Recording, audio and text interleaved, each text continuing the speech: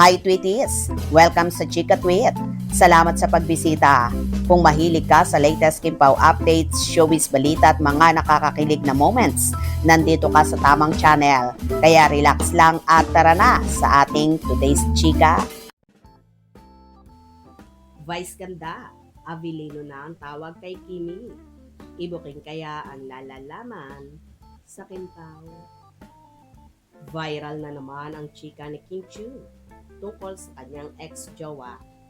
Sa segment kasi na kailangang magbigay ng mensahe sa kanila mga ex, ang mga host ng It's Showtime ay panalong-panalo nga pinakawala ni Kim ha.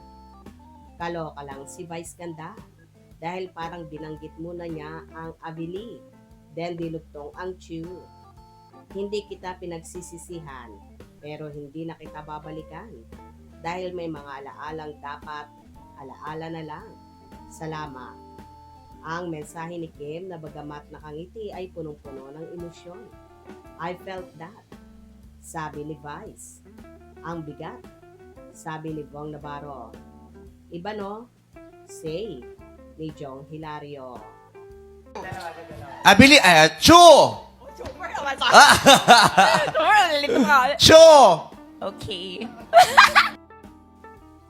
Ang bigat nga raw ng mensahe ni Kim sa kanyang ex. Naramdam na ramdam talaga sa puso. Kung taping ito, mas madaming sinabi si Kim. Pero dahil live, pabiting saad pa ni Vice. Taping to, mas madami. Monologue? Pero dahil Yun na yun! Tama na, yun na yun. Ha ha ha ha. Sabi ni Kim.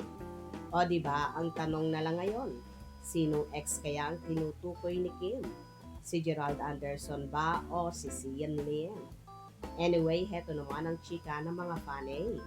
Sana, sinabi rin niya na I've learned my lesson and thank you for teaching me exactly what I don't want. What a positive attitude, acknowledging and respecting the past relationship, but moving on with life, with the lessons learned from it.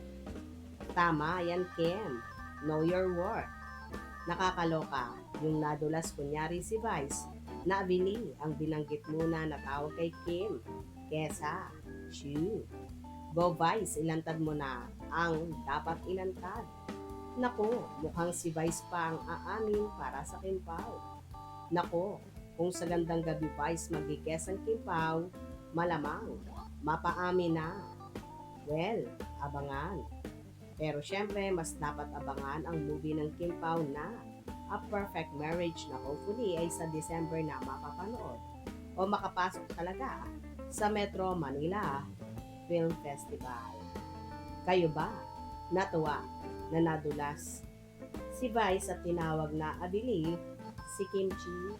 Mga katwitis, tumutok palagi para sa latest showbiz updates at huwag kalimutang mag-subscribe, like at pakishare na rin para lagi kang updated. Hanggang sa muli!